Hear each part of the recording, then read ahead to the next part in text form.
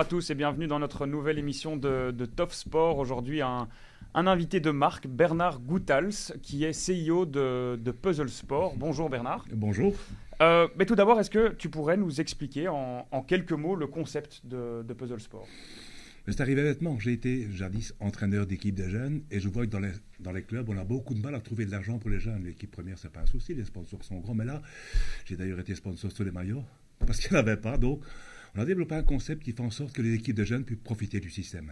Et concrètement, Puzzle Sport, qu'est-ce que propose Puzzle Sport? Puzzle Sport propose de faire l'équipe que le club propose, à savoir soit l'équipe première, parce que les jeunes sont souvent fans de l'équipe première, ou alors les équipes de jeunes.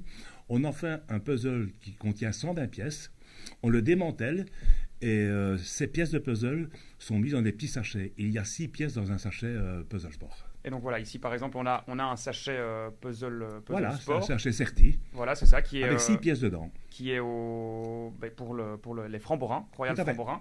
Et ici, on a un puzzle qui est terminé. Oui, c'est celui de la Louvière. De la Louvière. Et donc, combien de pièces au total? 120 pièces. 120 pièces. Comment est-ce que l'idée de Puzzle Sport est née? Les idées arrivent toujours bêtement. J'ai été voir ma belle-mère dans un home, et là, il y avait, comme dans tous les homes, il y avait une personne qui faisait des puzzles, et à côté, il y avait une personne qui mettait des figurines Panini de Barbie, je crois. À mon avis, pour embêter l'autre, elle lui a pris une pièce, elle l'a cachée dans le sachet. Je dis, comment on n'a jamais songé à ça? Voilà. Et justement, quelles sont les équipes disponibles? On a vu ici voilà, les Framborins, on a le puzzle de la Louvière. Oui. Quelles sont un peu les autres équipes disponibles? Momentanément, nous avons la Louvière Framborin, le Basket Brussels, nous avons Leuven. On attend les photos parce que vous savez, la nouvelle loi, les sponsors de jeux, ils attendent les nouveaux maillots. On est en négociation avec le Standard, avec Beveren, avec Eupen et le RWDM pour le moment. Ok, et donc l'idée, c'est vraiment d'essayer d'avoir le plus, même peut-être toutes les équipes de Pro League à court terme? Mais au départ, vous savez, quand on commence un truc, on a peur. Tout produit doit faire sa maladie. Donc on a essayé, parce qu'ils sont un peu plus sympas, avec la Challenger Pro League. Et alors, on a rencontré quelques erreurs, ça n'allait pas assez vite à la production, il manquait ça, on a modifié des choses, le sachet ne fermait pas bien, la soudeuse, donc voilà.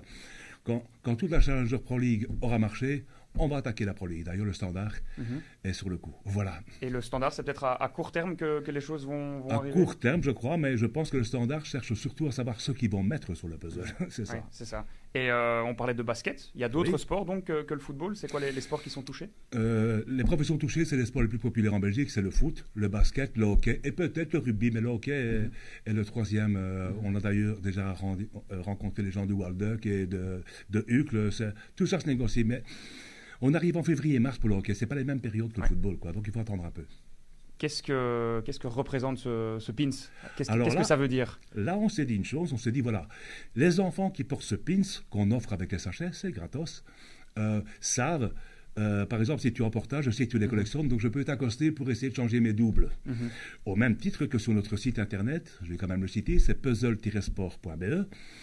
À la fin du puzzle, pour ne pas obliger les enfants à dépenser beaucoup d'argent, ils peuvent cliquer les pièces qui leur manquent, ils envoient dans le panier et on leur envoie ça par la poste. On connaît les autocollants Panini voilà, qui font partie du paysage. Est-ce qu'il y a une volonté de concurrencer Panini avec ces puzzles? C'est pas la même chose. On a fait un petit calcul financier parce que, comme je vous dis, on ne veut pas que les enfants dépensent beaucoup d'argent. Si vous faites le total 6 pièces, donc à 100 €, vous allez faire tout le puzzle. Panini, vous achetez des photos de joueurs que vous ne connaissez pas. En plus, on avait fait un calcul, 30 € l'album Panini, 168 pour le remplir. Si on compte les doubles, on arrive à un moyen à 350 €. Ici, vous arrivez maximum à 100 € pour l'équipe que vous supportez, pas pour des joueurs que vous ne connaissez pas. Et tant qu'on parle argent, il y avait aussi une volonté de dégager de l'argent justement pour les écoles de jeunes de ces clubs. Oui, c'est important parce que normalement, au départ déjà, nous offrons 500 pièces de puzzle à tous les enfants qui puissent commencer. Puzzle commencé égale puzzle achevé. Et puis le club vend les pièces. Et si le club vend tous les petits sachets de puzzle, un club, la moyenne, s'il vend tout, c'est 56 000 € que le club touche. 56 000 €. Voilà. Ça peut être une... c'est intéressant pour un club de jeunes. Ça peut être intéressant pour les maillots. Et on essaye pour le moment, c'est peut-être un appel, de négocier avec des magasins de sport parce que vous avez vu qu'il y avait un sponsor sur le sachet pour amortir le coût de fabrication. Ce qu'on aimerait trouver, c'est des sponsors qui touchent les enfants. Je parle de Walibi qui offrirait un pourcentage, je parle de Durbuy Aventure, d'un magasin de sport.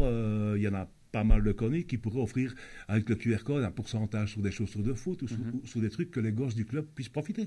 On a parlé de la Challenger Pro League, de la Pro League. Est-ce que ça peut être un rêve, peut-être, d'imaginer un partenariat avec l'Union belge en vue du mondial prochain ou même d'un Euro prochain pour les Diables Rouges? Bien sûr. Et pour être tout à fait honnête, non seulement les Diables Rouges nous intéressent, mais aussi dans le hockey.